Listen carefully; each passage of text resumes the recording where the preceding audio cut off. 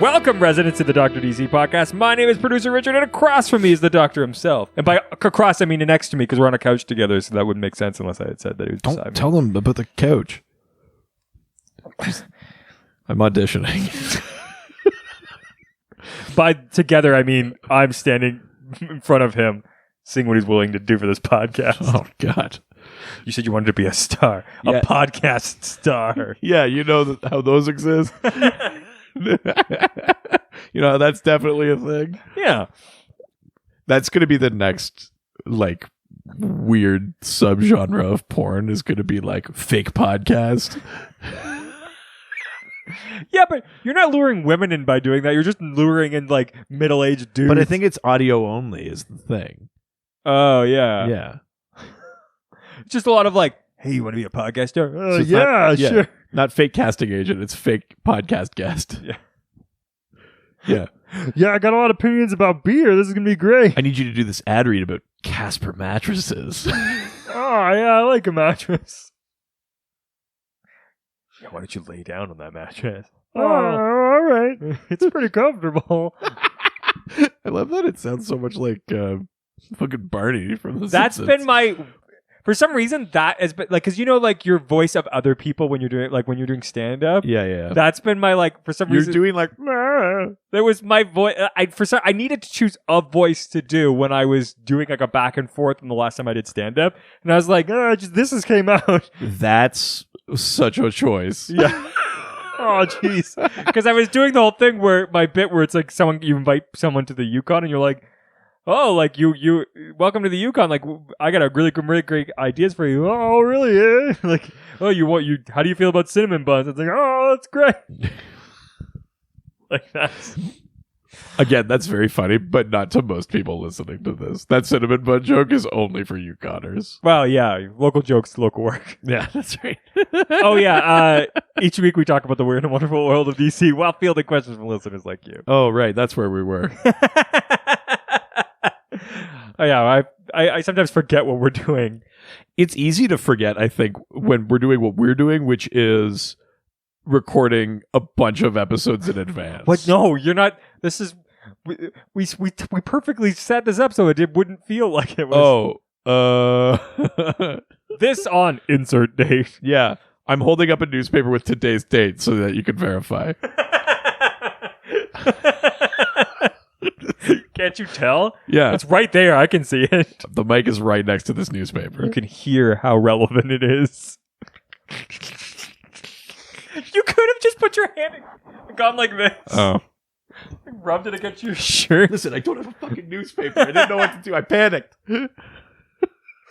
God, all those improv years wasted. I think that's how my parents feel about my degree.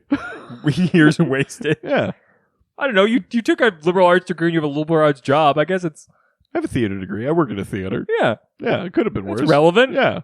It's true. I mean, you could... It literally could have been worse. Yeah. You could have taken a comms job at the government and made twice the pay. Awful.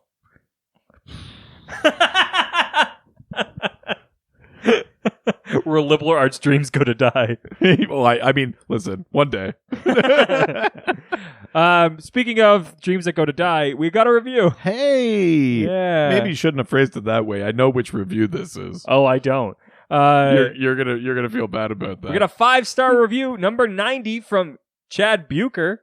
Sorry, you swapped it. Well, I took the one from the previous one because fuck, damn it. You're not going to feel bad then. You I'm gonna fucking feel weaseled great. your way out of this. I don't like putting reviews on episodes with guests because then it's just like, let us talk about how great we are. We got a review from someone who said they were convalescing, and I thought that was going to be this one.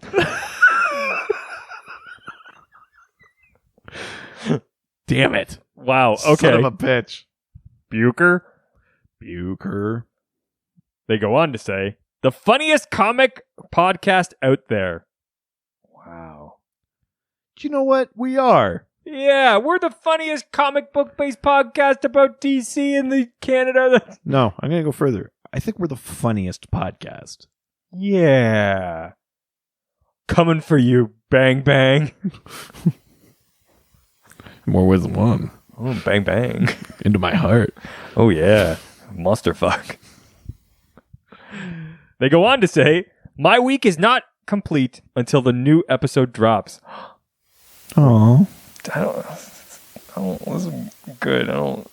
This is too nice.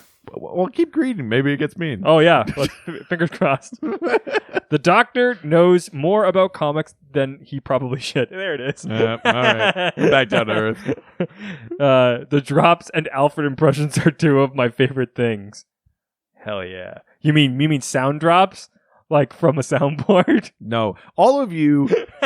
I mean, by the time this is coming out, this will have been going on for weeks. But all of you that have been fucking encouraging Richard with his fucking soundboard nonsense, I'm so angry at all of you. Potato. Fucking furious. I like turtles. I forgot about that one.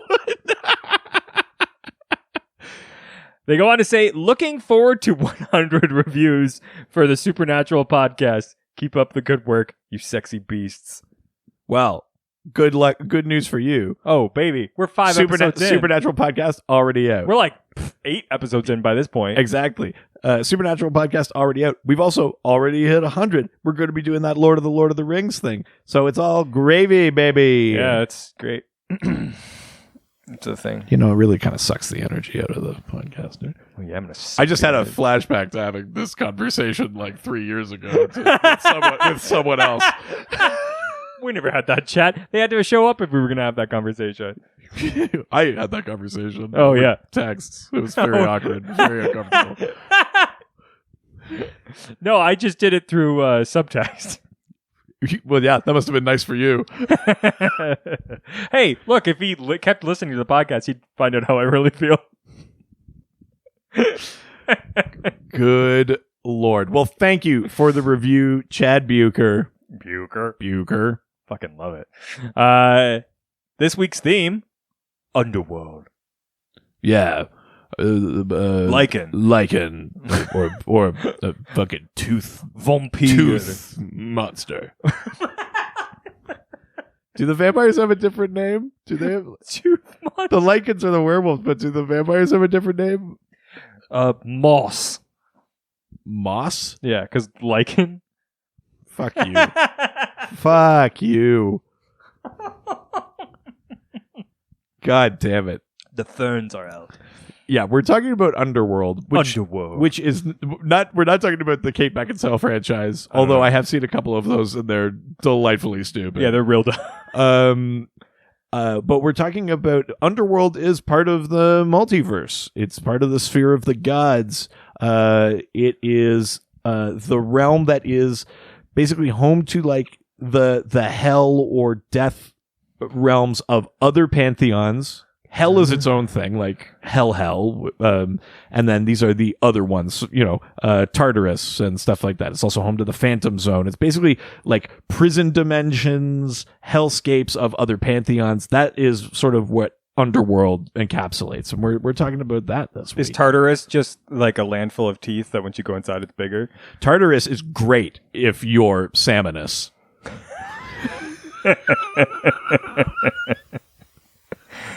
Yeah. You're welcome. We're going to be all right. We're going to be all right. So Underworld. What's all the things inside Underworld? I just said them. Yeah. Yeah, there's lichen. Moss. Yeah, so it's not necessarily like a specific place because it's multiversal. There's not an underworld. It's not like there's 52 underworlds. All of the worlds of the multiverse, the underworlds feed into this one sort of like metaphysical space. But that also doesn't mean that they all just talk to each other. It's very weird and confusing. Yeah, it sounds confusing. It's a sort of trippy thing. The sphere of the gods is kind of like, it's less concrete than like parallel Earths are. Parallel Earths is very much like, which one are you on? You're definitely on it. And then that's it, right? This is a little bit more sort of flexible, spiritual, things like that. But yeah, we're basically, in general, we're talking about like hell dimensions. Oh, okay. Yeah.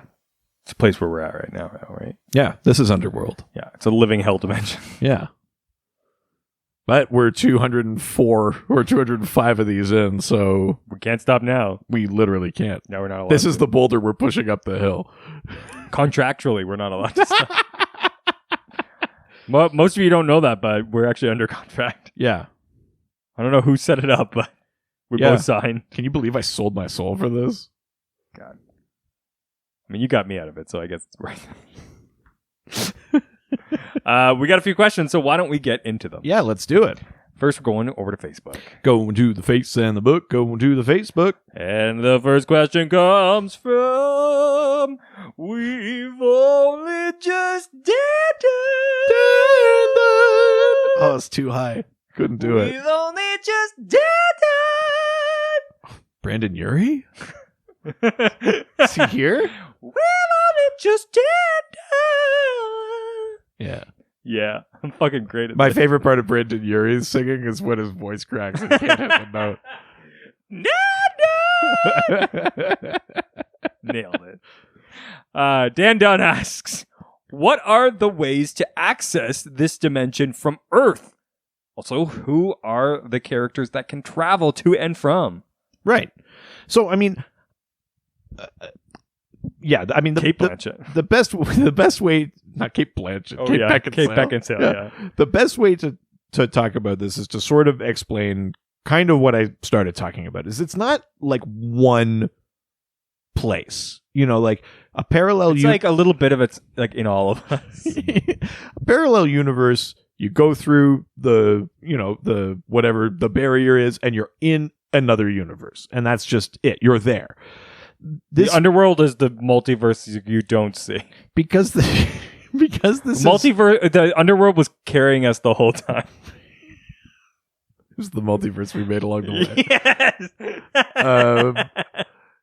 Because it's A, multiversal, so it spans all of the worlds of the multiverse, and B, kind of, it's in the sphere of the gods, it's magical, it's spiritual. It's best to think of those realms as like concepts as opposed to physical spaces. Yeah.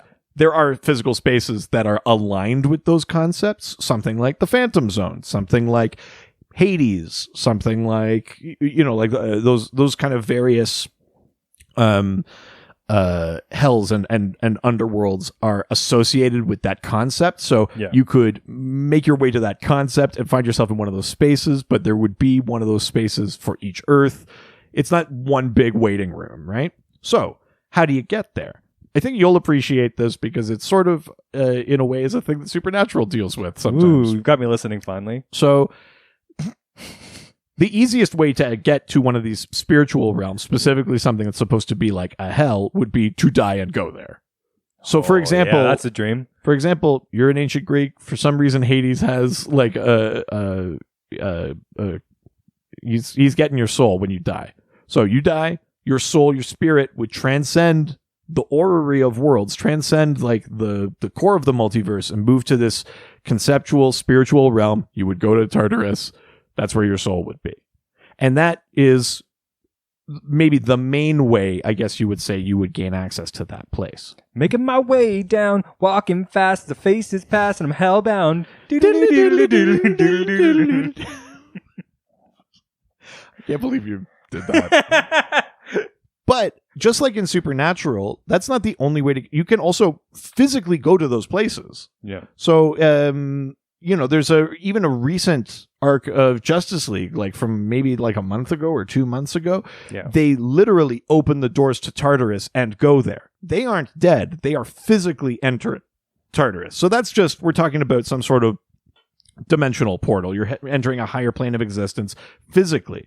Now, this happens on Supernatural. Like, Sam goes to heaven the one time. They break into heaven. He's not dead. But he's not dead. He's physically there.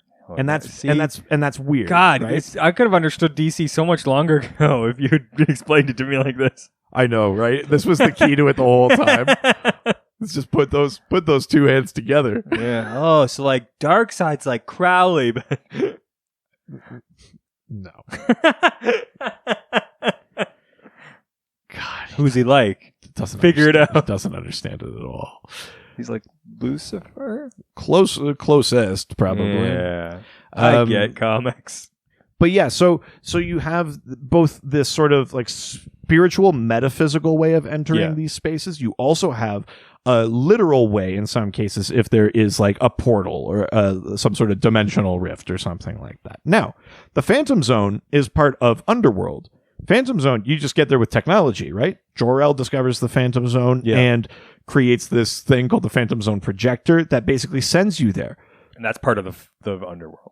And that's part of Underworld, yeah. So, but in there, you aren't corporeal, right? But you can go, people can also go in there and still retain some aspects of their body. Like, it's very amorphous. It changes story to story, but the easiest ways to these places are, a piece of technology that can sort of like break through reality, or some kind of portal that just exists, or dying. In the case of some of those spiritual realms, dying and going there is the easiest way.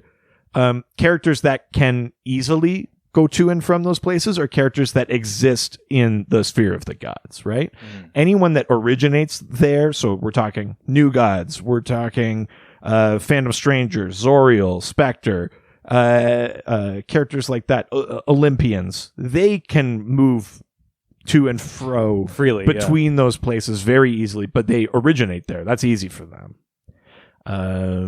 Characters from the orrery that can do it would include a character like Phantom Girl, who kind of moves, her powers allow her to move through the Phantom Zone. Doomsday can do that, or at least could for a bit. He could teleport through the Phantom Zone. So it's not impossible. It's not necessarily the craziest thing ever, but it's a little like, it could be, this is where like some of the stuff gets a little heady. Yeah. It's a little more conceptual than concrete. Fair. Yeah. Wow. Jesus. What an answer. Yeah, we're done now, right? Your nose is bleeding. Oh, God. Let's leave Facebook and head over to Twitter. Twitter. First question comes from the Multiverse of Marvel podcast. So Wolverine asks that. Go on. Wolverine asks. Wolverine wants to know what kind of catfish you want to eat when you get to crawdads. My favorite part of this is there is a Cajun X-Men and you're just not using him. Oh, fuck that. There's Wolverine down from the bayou. You get some crawdad, you get a little bit of catfish, you have yourself a grill tonight. That's right. Oh, that crocodile. That crocodile, eh? Just kind of on this note, one of my daughter's favorite, like, Disney movies is Princess and the Frog, which is set on the bayou and has a lot of jazz music and that sort of stuff, but there's a character in it, it's a firefly, and his name is Raymond. He's very Cajun. Raymond. She loves Raymond. So I'm thinking like she's gonna grow up going like, oh yeah, oh no, God, that star in the sky. Just need to. Oh, that sweet Evangeline. That makes me very happy. Yeah, it's never gonna leave your life. Very funny to me. This fucking other comic book podcast asks, is it only Kryptonians that know it as the Phantom Zone? And what is their association with it? Did they think that they created a pocket dimension? So they didn't think they created it. Most, again, depends on your continuity, but most versions of it is that Jor-El discovers it. He doesn't think he made it, but he discovers it, and he what he does create is the way to access it, which is the Phantom Zone projector.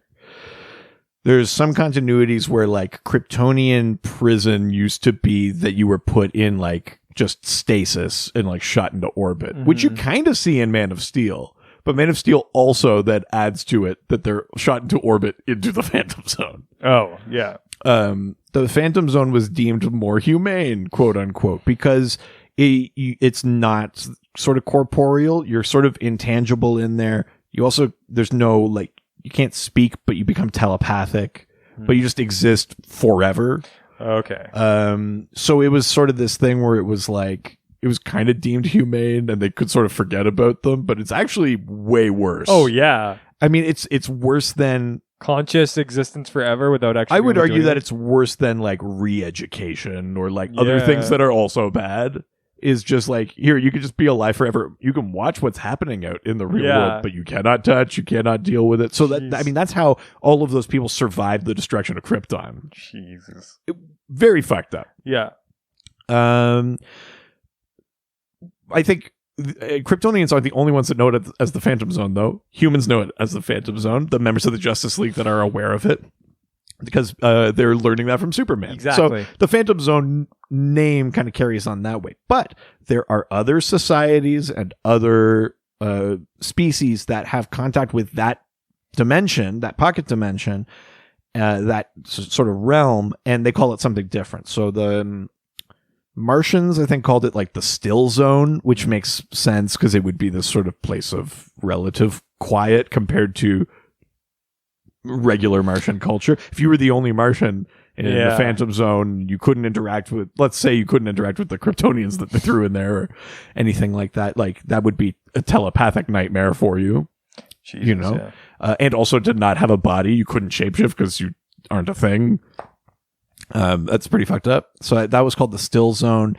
I mentioned Phantom Girl. She's a member of the Legion of Superheroes. She comes from a planet I cannot pronounce because it's all consonants. It's like Bigzadl or something like that. It's like BGZTL. Okay. Those people, the Bigzadillians, they call it the between or the buffer or something like that. And her power is sort of tied to that. But all of the Bigzillions have this sort of phantom power where they can go intangible and stuff like that. And in many versions, it's because they have an inherent connection to that dimension. So in a way, like, you would probably start there and say they probably have the most concise, clear, concrete connection to that realm. Yeah. The Kryptonians just found it later and dumped all their criminals in it. Kind of like Australia. The Phantom Zone is definitely Australia. Like, there might be other people already living here, but we're just going to throw our criminals here. Yeah, well, yeah, that's pretty much exactly what it is, right? I mean, we call this jail now. We live here. Of all of the indictments of Krypton, I think thinking that the Phantom Zone is a humane prison and then just fully forgetting about them is one of the biggest ones. But is there anything like native to the Phantom Zone? There was a story in the last 10 years, 15 years, maybe not that long, but there was a story where there were beings that they are native to the Phantom Zone. Mm-hmm. They were there first. That's just where they live. And they were like, stop throwing your fucking trash in here. It's Australia. They were getting like really upset about it. And I think there's some versions too where there's characters that maybe like the presence of criminals in the Phantom Zone corrupts the zone so that then if you spend time in there, it will bring out the worst in you. I think. I mean, in addition, it is prison. In addition to just being in there and going crazy, like from solitude or stuff like that too, right? I mean, one of the biggest feats is probably that Mon-El survives 1,000 years in the Phantom Zone and comes out not crazy. Yeah, because he gets lead poisoning in the 20th century. Yeah, and has to go in there until he goes in there until he could get the saved cure in Legion times. Yeah. Fucking that's still the fucking funniest thing I've ever heard. I still can't believe that's a fucking thing. I'm here. What's this? A pencil? I gotta leave. Fucking hilarious. All right, let's go to the next question. All right. What's that sound? Everybody look what's going down. It's the scream of a donkey now. It's the morning. I'll get around. Yeah. Hell yeah. Now you're on board. You can't beat him.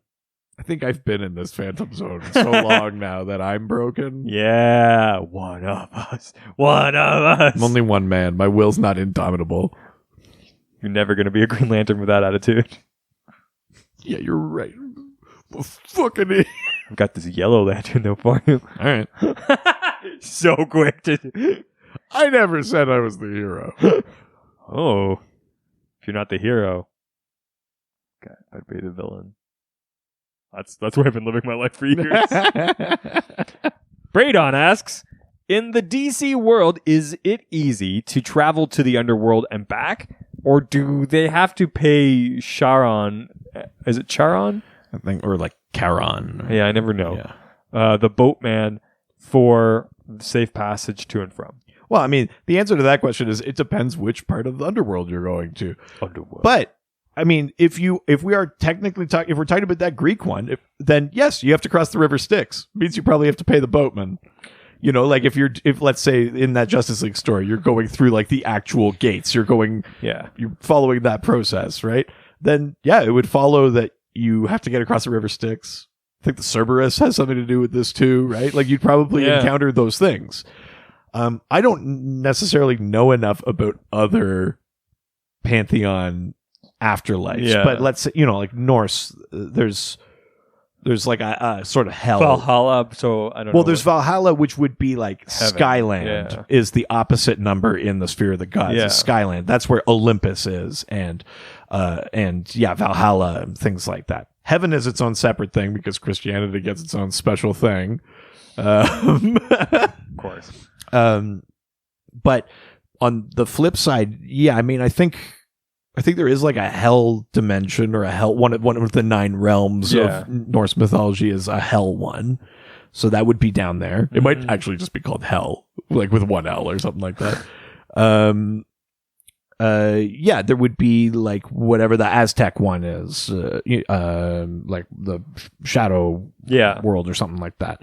Those would all be down there too. So it follows that basically whichever portal you're going through, it's guiding you to something specific. Or if you die, your spirit is going somewhere specific for a specific reason. Yeah. Either based on belief or because you've sold your soul or something. You've made a deal with this particular deity or whatever. Yeah. So I think it makes sense then that in that case you have to follow all of the steps. The steps to get to that. Yeah. Yeah. So in the case of that one, there's the Charon, the boatman, but each one sort of has its own specific. I would assume, yeah. I mean, my stumbling block here is that I just don't know the other ones. So what's the way that you can typically travel to and from any of them? So kind of like we said, I mean, dying and then spiritually going there. Yeah. Way that makes the most sense. Yeah. But I think many of these things, there's like magical portal type things, magical incantations or rituals or things like that, like we see in Supernatural, where you can open a gate or there's usually like a thing that happens in comics a lot is they reference, you know, in the old days, you know, magic was maybe closer to real life. Yeah. So if you had more direct interaction with your deities and stuff like that, it would make sense if they had physical ways of crossing that barrier that were easier. So it could be like an old forgotten gate in a ruin somewhere, or it could be like a lost tomb and you have to unseal something, or, you know, you put this amulet in this thing at this time and it will, you know, the starlight will open the portal. Yeah. I think there's lots of evidence for different kind of things like that exist that are sort of like these ancient bridges to these places. We kind of saw the bridge to a spiritual realm in something like that Batman, Wonder Woman, Brave and the Bold, with the Irish gods. Now that wasn't Underworld, but I think the same principle exists where it's like there are, instead of the Giant's Causeway, it's the river Styx or something like that. Yeah. Nice. All right, let's go to the next question.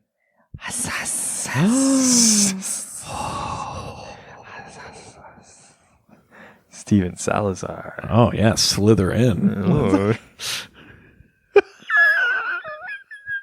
I'd like you to Tom Morvell me. Nice. Yeah. Yeah. Give you the O. Yeah, I'm going to stab a tooth into your diary.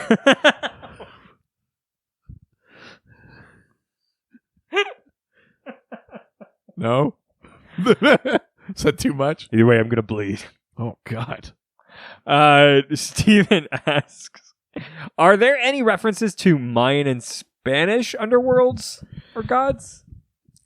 So it's not, I'll start by saying it's not the same, but we already know that the Aztec gods exist because that is like a whole fucking character. Yes. Is Aztec. So we know about Quetzalcoatl. We know about Tezcatlipoca. In, I think, Steve Orlando's run on Wonder Woman, with the new Aztec in there, they go to the 13 heavens, which would be the Skyland opposit number.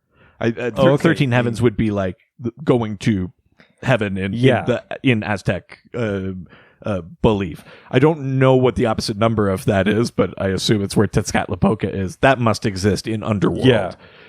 Now, for the Maya, I believe, well, it's changed over time. I think my understanding of it is that Xibalba is like Xibalba. Yeah.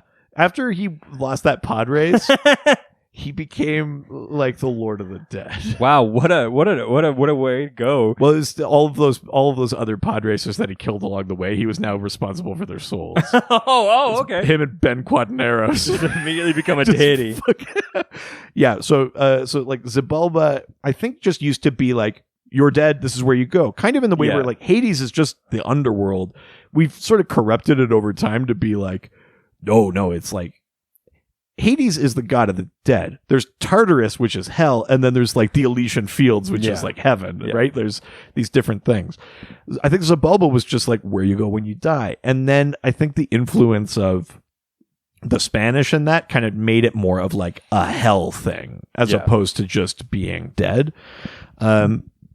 But I don't know if I can think of a specific reference to like that Maya version of it. Yeah. Like I said, the Aztec one comes to mind because that was the name of the book. It was like Aztec, the Ultimate Warrior. You're like, great, awesome, teach me. And then the Maya one, I can't think of a specific example. I think it is very reasonable and logical to assume that Xibalba exists and is part of Underworld, but I can't think of a specific example. I think there's an interesting question here, though, too. Like, sometimes we talk about, again, this is a supernatural connection. We talk about the idea of like deities and that drawing at least a degree of their power from the belief of their followers. Yeah. So in the case of this thing with Xibalba, does the realm itself change if people start believing it to be a different thing? You would if think, it starts right? as like, just this was the realm of the dead, and then people start believing it to be hell, does that belief also affect the realm or just deities? If everyone believes it to be hell, does it make it so? Especially when we're talking about that the sphere of the gods is this sort of like conceptual kind of space. Yeah. I wonder if that sort of thing applies. That's really interesting. Right? So then depending where you are in the time stream, if you access Underworld, you may get very different versions of the same thing. That's really interesting. Based on the level of belief in that in the world. Oh, fuck. Be kind of... I don't think that's a thing that's necessarily been explored. It's super geeky and no one would buy that book, but I would dig it. Hell yeah. Right? Yeah, I like that. That's I think there's something kind of neat about that. Hell yeah. All right, next question from Ryan Putney. Not hell yeah. Xibalba, yeah. Yeah, Xibalba, yeah. Oh, very good. Is my soul going to heaven? No, it won't. No, they won't. On your left. So fucking good. God damn it. For the 3 people that listened to that review. Yeah. Was that on Patreon? Yeah. Yeah, no, we did a Star Wars thing on the main feed. I don't remember. It's all the same now. Ryan Putney asks. First he says, спасибо. He says thank you? Yeah. Okay. Well, thank you. He didn't say that. Oh. Fuck you, Ryan. Я не понимаю, почему ты помовить это.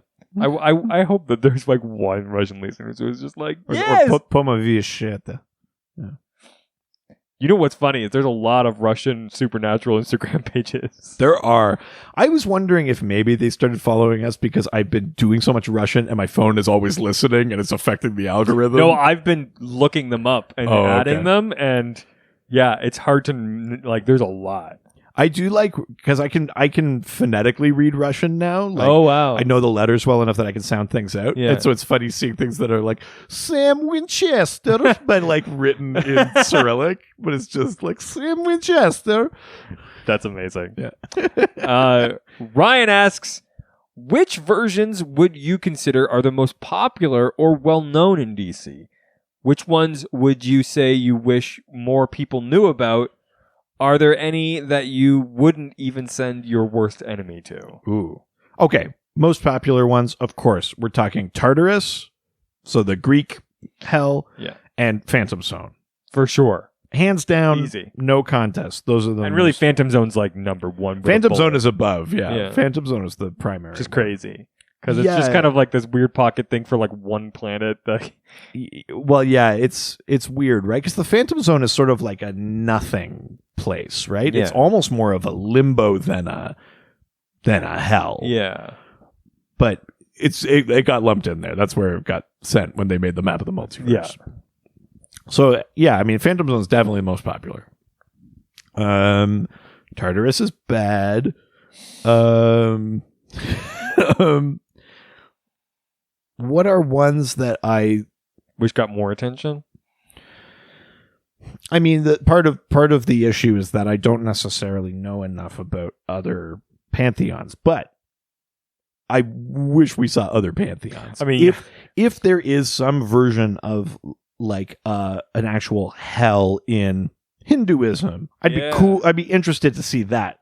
You know, like we only kind of touched on that area when we're involving Deadman because there's Ramakrishna and stuff like that. But like, we must also have like Kali and like Kali Ma and like the other like Hindu deities. So if there is a Hindu hell, I'd be interested in seeing that. Hell yeah. I mean, they make reference in the map of the multiverse to like Babylonian hell. I can't remember the name of the sort of gatekeeper or whatever there, but it's like Eris Damesh or something like that. But that's sort of like those kind of ancient Mesopotamian kind of things. I'd be interested in that shit. Part of this is like also like what are different cultures' versions of things? Like if you believe in reincarnation, then you don't necessarily have a hell, but maybe they have like a holding space. Yeah. Something like a Phantom Zone, but not a prison. Yeah. You're waiting to come back. Yeah. And that's where you go until you do. So it'd be neat to see versions, I think, of Underworld that weren't just expressly bad. Like your Phantom Zone-y type places. Yeah. You know, the Phantom Zone, like I said, there's those people that just live there, right? Yeah. It'd be interesting to see more versions of things where it's like, you could make this bad, but that's because you don't belong here. We belong here, so it's totally fine. And so I think it'd be neat to see something like that. I mean, the one I wouldn't wish, well, I don't know. I don't think I'm good enough to not wish something on my worst enemy. I mean, worst enemy? Yeah, son of the fucking Phantom Zone. Yeah. Rot in there. Oh, wait, you won't. Wow. I didn't mean to make eye contact with you. I yeah, was talking Jesus. about you. I'm not him. He's not here anymore. Sometimes I close my eyes. I still hear him falling asleep during the episode. Still hear him just saying no in the conversation ending. And looking at his phone. Kind of like you're doing now. No. It's Phantom Zone for you. No. What about you? Is there a place that you think would be worse than the Phantom Zone? Do you think it'd be worse to go to like a kind of hell? I wonder if there's like there must be like other aliens have hells and stuff too. That's the thing we're not talking about. But like Martian hell might just be fire. Oh, I mean, yeah, it's just hell. It's like Christian hell. Oh yeah, never mind. No, I didn't make anything special there. Forget about it. Sorry. Yeah, I don't know. I it's hard because I don't really know about other groups. And I think that's where the comics fall down too.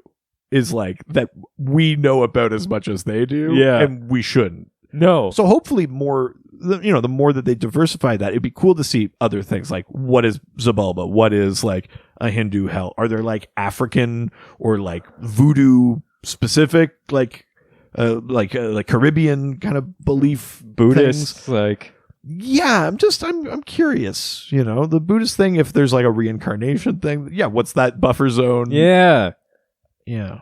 That's the thing we constantly talk about, which is really just a diversity play. I feel like we're never getting enough other cultures. It's like, oh, we'll talk about like a million different aliens, but it's like, well, on Earth, we still don't really talk about white people. Well, and that's just it. And even the other pantheons we visit, it's always Greek and it's always fucking Norse. Yeah. You know, like those ones get a lot of play. Yeah, exactly. Yeah.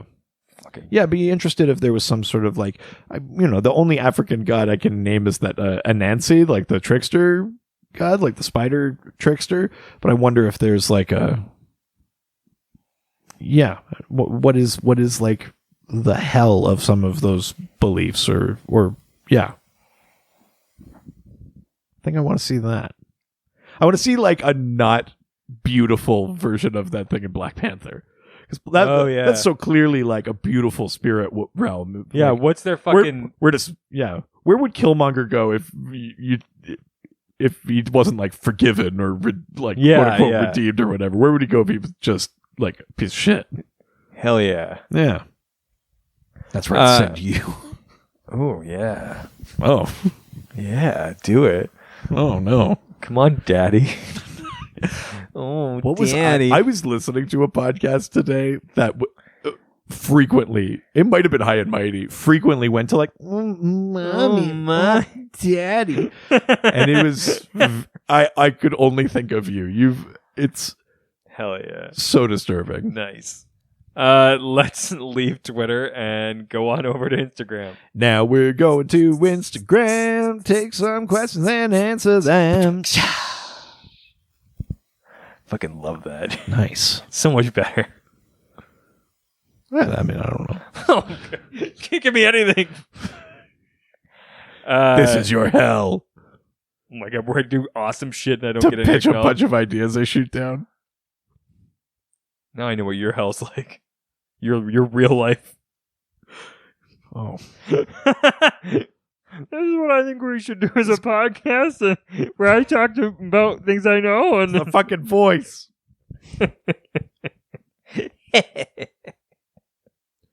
Read the question. Oh, daddy. This question comes from the ultimate daddy of them all. Oh, Jack Stonewall.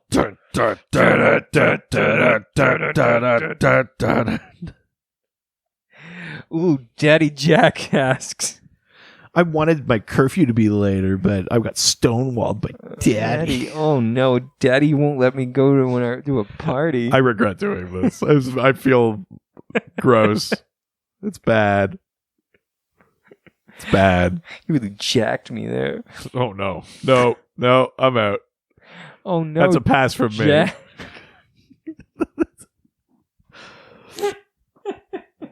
Good God.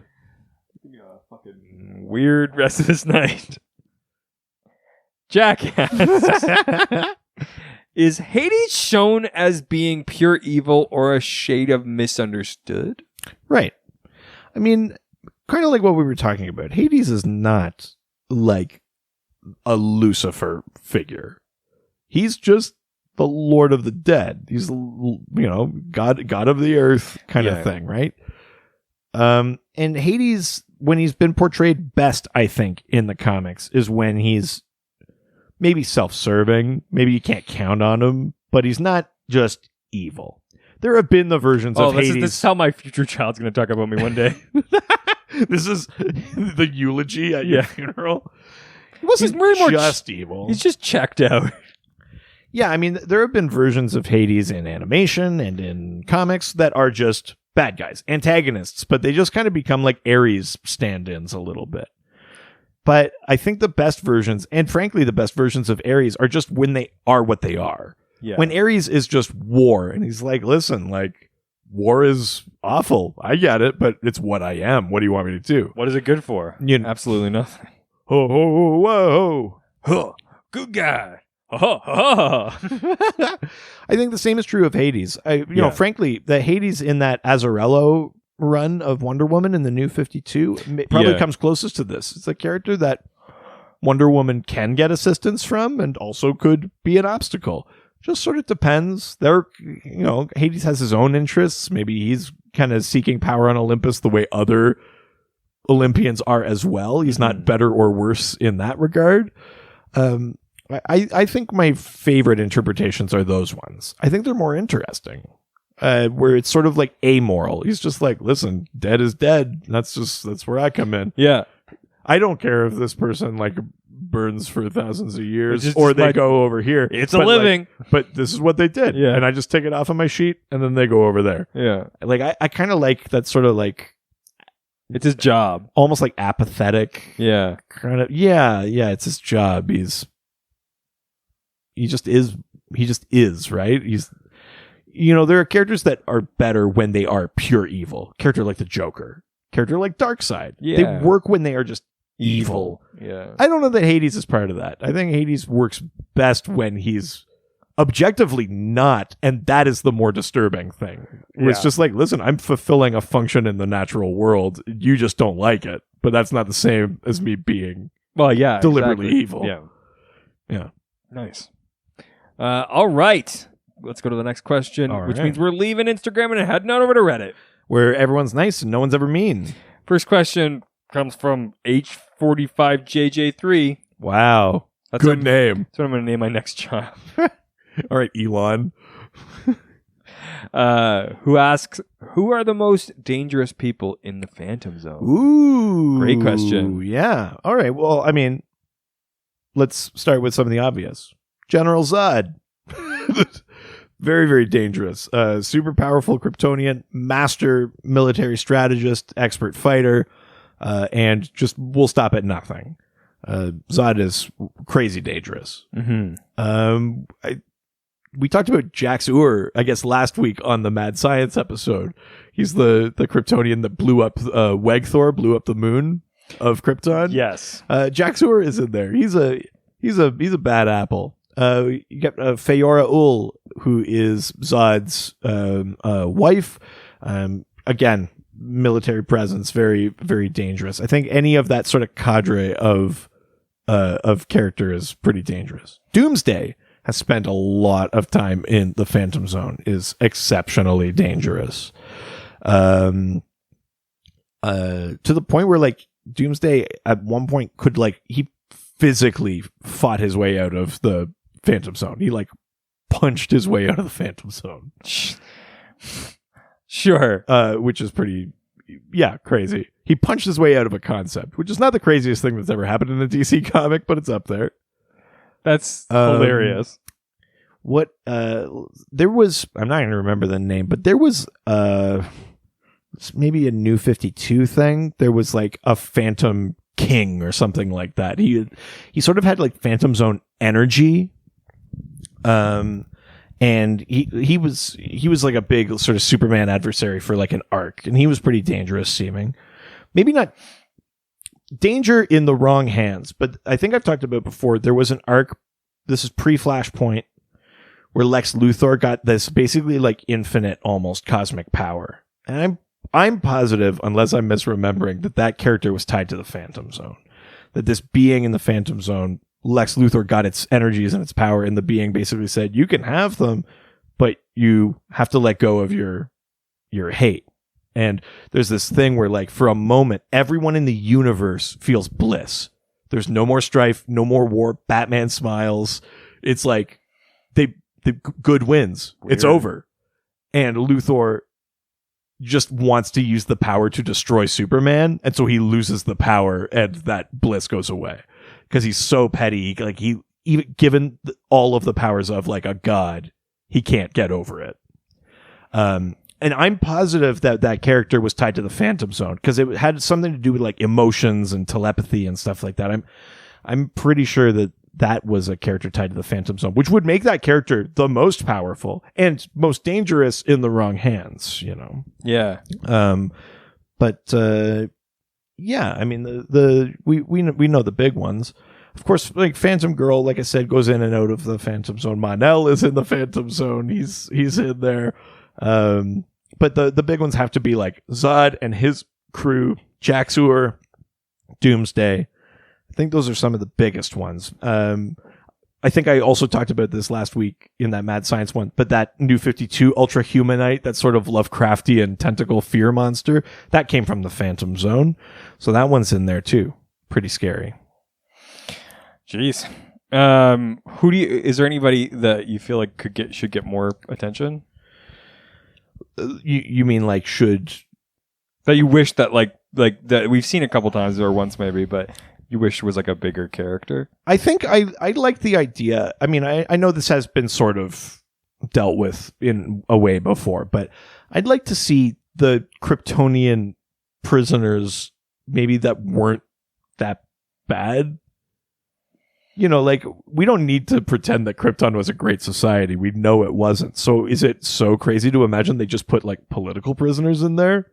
People that were not technically violent or dangerous, but they just sent them to the Phantom Zone? Oh, interesting. Like, you know, political dissidents or stuff like that. Like, I don't think that's a stretch. I think we know Krypton was fucked up. So I don't think that ruins Krypton to explore something like that. Yeah. But also, you know, we did talk about that there are other species in that are aware of that zone. What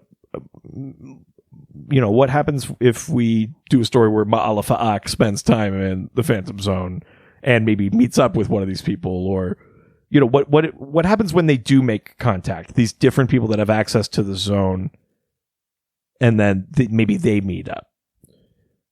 Or do the political dissidents, do they try and start like a society in there? Like, they don't have corporeal bodies, so like, is there an incentive to like find a way to live in there, or do you just look out at the world and hate it? Like, I don't know, something kind of like that I think is something I'd be interested in. Yeah, that's rad. What's the effect of that prison on someone that's not already fucking crazy like Zod? Well, yeah, fair. Yeah. All right, let's go to the last question. All right. From Ben Bradley drums, no other instruments. Listen, you can ask, but he's not going to do it. That's the only thing Ben Bradley does is drum. Does Ben Bradley get groceries? No, that's not his fucking name. It's Ben Bradley Drums, as he says to his wife. Oh, Jesus. Getting a real picture of that house. Oh, I didn't realize I also just remembered that you just said that. I'm actually starting to judge him. It's like, this was made up. That's not a real thing. I don't think I never knew my name was Ben Bradley sweetly makes love to his wife. No, it's Ben Bradley Drums. But tonight, because it's your birthday, Bread Badly comes. I'm going to pound that rhythmically. Because I drum. That's right. Do you get it? Don't forget it. Oh, that's the joke. Sir, you're coming, welcome to KFC. What would you like to eat today? Ben Bradley Drums. Oh, boo. That's pretty funny. Yeah, I love it. Ben Bradley asks, aren't there species that come from the Phantom Zone? We've talked about this. Yeah. Do they hate having criminals thrown in there all the time? Yeah, I mean, yes, they do. I can't remember what they were called, but yeah, I mean, they're just Phantonians. They're these sort of. I mean, I guess you could call them that, but that's also calling them the thing that Krypton calls them. And we've never heard of a culture ever doing that. Yeah, we've never heard of a culture sending their criminals to a place and then naming the place, and then that just becomes the place's name. It's never. It's never happened. Nope, not once. Yeah, I mean, really, like I think there is a very strong like Australia sort of vibe to that thing. Mm-hmm. Can't remember what that species was called, but yeah, like imagine that you're living in the space. These aren't people from like another part of this place where you are. It's not just like internal rivals. These people breach a dimension, and for what?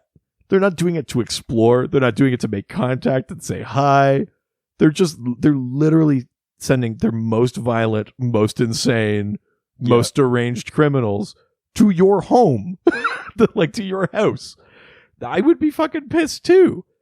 You know, I think, like I was saying with the political dissident thing, I think there's too often when it's Krypton stories, it's about, you know, we're the last survivors or stuff like that. Where I think like the interesting thing about Krypton stories is just what's Krypton's legacy. We know who has survived. We know which ones are out there.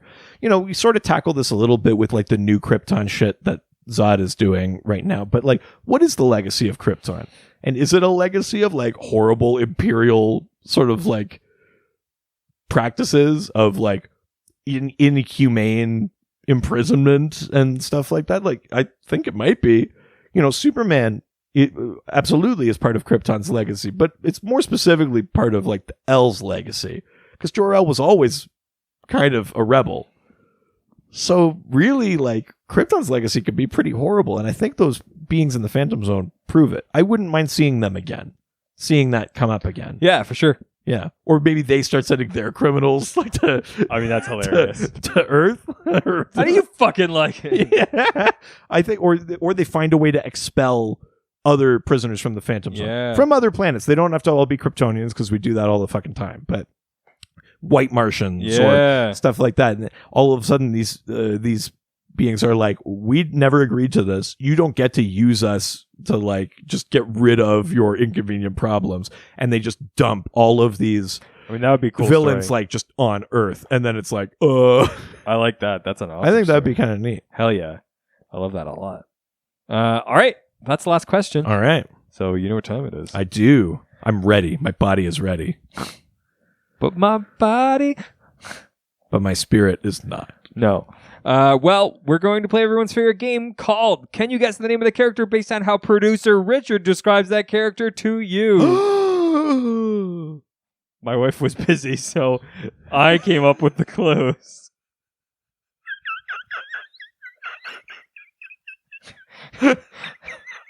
So that's where we're at right now.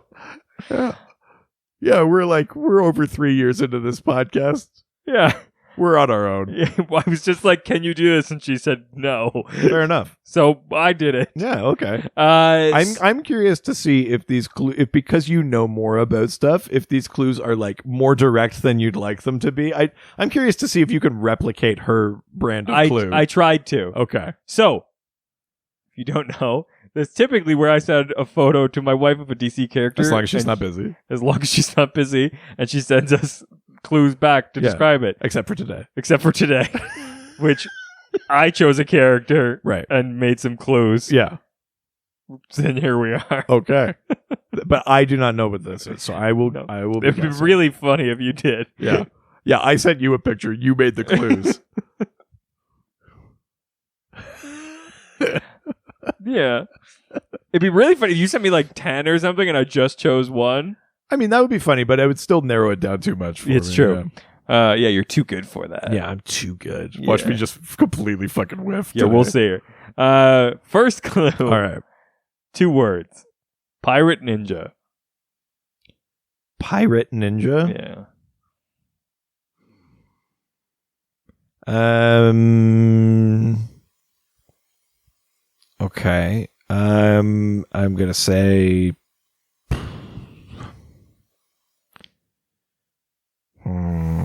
pirate ninja. Mm-hmm. Oh god, I'm not gonna overthink this. Let's just say he's got a flowy cape. He's got scimitar kind of sword. I'm just gonna say Ra's al Ghul. No. Okay. Clue number 2. Okay. 70s sea creature aesthetic. Okay. Pirate ninja 70s sea creature aesthetic? Yeah.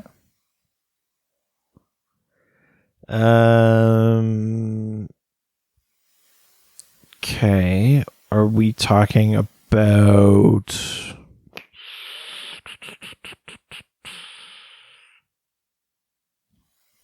now I'm in the Aquaman kind of realm. I'm fishing through. Are we talking like a version of like the Fisherman or something like that? We're not. Okay. You're that's a cold fish. Oh.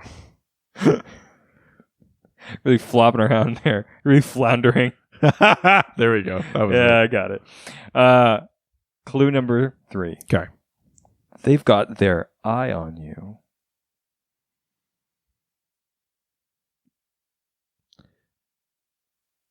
Ninja, pirate, one eye. I mean, are we talking Deathstroke? No. Okay. Or Ravager? Yeah. Okay. Nice. My last clue was causer of severe damage. Awesome. Nice. Ravager. That's a good character.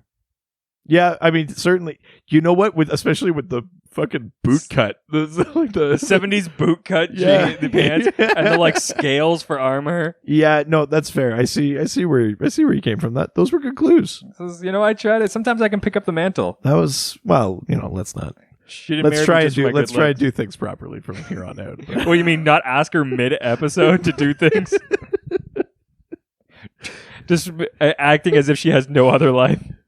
Yeah, she just lives to make this podcast sing. Doesn't everyone? Were any of you residents able to get that? Let us know. Yeah. We're too fucking stupid. Wow. Aggressive. I just love being unnecessarily and unfairly aggressive. I mean, listen. This was the last episode of DOCTOBER. Oh, I mean, what other better time to be a little too spooky with the way that I talk? I mean, the spookiest part is just how we recorded the episodes for this month. Like, out of order. Not even in the order that we thought they would come out. We literally say this is episode 2 and it's episode 1. We not only recorded them out of order, we also believed that we would release them in a different order than we did.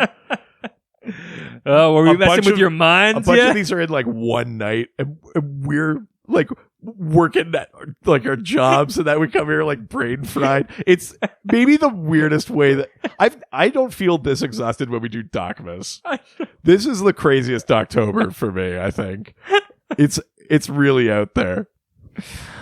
It's like this whole thing has been like a color you can't even describe. Yeah, I would say this has been Underworld. Underworld. Is it weird that I kind of want to watch that movie now? Yeah, because it's not good. I remember seeing the second one and thinking it was bad. I remember the third one being awful. Right. I just can't believe it was that big of a series. I mean, I guess it made a ton of money. It's like the Resident Evil movies, where it's just like, who is going to see these? Yeah, it made so much money, disgusting amount of money. I mean, that's why all those like TV shows that are like that came out after that. Yeah, totally. I just don't get it. Anyways, if you want to ask us about Underworld, the movie franchise, you could do so through our various social media platforms, our Facebook, Dr. DC Podcast, Twitter, at Dr. DC, Instagram, Dr. DC Podcast, of course, our email, drdcpodcast@gmail.com. You can go on our subreddit, r/Dr_DC. And of course, the doc phone is always open. 208-917-3238. 208-917-DCEU. If you're nasty. If you're spooky. Oh. Oh, oh, oh. DCE boo. Oh, that's good. I like that. And of course, you can go to our website, drdcpodcast.com or .ca. You heard it at the beginning of this episode, but we're taking reviews, baby. Yeah, we'll take them anywhere you want to give them to us. Yeah, in whatever quantity you've got prepared. Yeah. 200 reviews. Give us a review cocky. Yeah.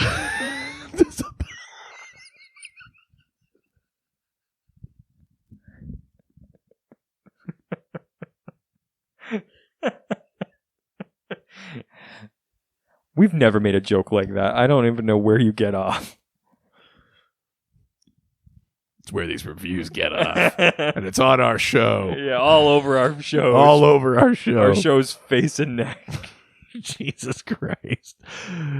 We are well over 100 reviews now. 200 by the end of the year, and we're releasing a rap album. But Gail Simone is going to produce actual lyrics for if we get it. Make fake accounts. Yeah. Do whatever you need to. If you want a Gail Simone written rap on an actual rap album about DC Comics characters. This could be like our podcast crisis moment where we're bringing in like reviews. We're getting like tracks from like other comic book podcasts. And like people coming in to do like this could be the greatest collaboration, greatest crossover since Endgame. Yeah. All your favorites, Green Lantern cast and the Dr. DC. And us. A random line written by Gail Simone. Yeah. You've been waiting for this for decades. Us going, ha ha ha ha ha. Oh my God, don't give away the goal. Sorry. And more like that. And more not like that. Yeah, who knows? Yeah. fucking burned out. Oh, we have to do the fucking review. We have to do that goddamn commentary track. Listen, don't even talk about it right now. We can't. Speaking of, if you want to hear a half-recorded 4 days ago commentary track and then the other half at the end of this fucking marathon of recording, then subscribe to our Patreon. Yeah, what a great sell. Patreon.com/DrDC. At the $5 level, you get a full bonus episode every week. It's like a commentary track that's literally split between 2 days. Yep. There's at like the 23-minute mark of the movie, the commentary track takes a weird right turn. It jumps 4 days and gets really aggressive. And then at the $7 level, you also get a video episode every week. You get to help pick episode themes, all sorts of fun stuff over there, and help support us and what we do. And it helps even support us on our other show. More importantly, we've got a better show. Oh, come on. Ghost Facers, a Supernatural rewatch. We are rewatching every episode of Supernatural. We talk about behind-the-scenes stuff. We talk about the episode. We dive into real-world monster lore. You can get that wherever you get your podcasts. And if you think my mild disdain is annoying in this podcast, well, don't worry, because I enjoy Ghost Facers. Yeah, it's weird, actually. If you want to hear me care, go to Ghost Facers. Yeah, it's really through the looking glass. Where the doctor gets to be the anarchist. Yeah. I mean, I'm not really. You don't know. You have no idea how to do that. You just want to have more lore to talk about. I love lore. I love lore. I love lore? I love data. Good choice. Yeah. That's it for Doctober. I should go to bed. No, we can't. More recording. I know. Never stop. Never stopping. Yes, Daddy. Oh, no. Adios. Oh, bye, Daddy. They always fight for what is right. Live with danger and adventure. They are men of might. This was a Brain Freeze podcast.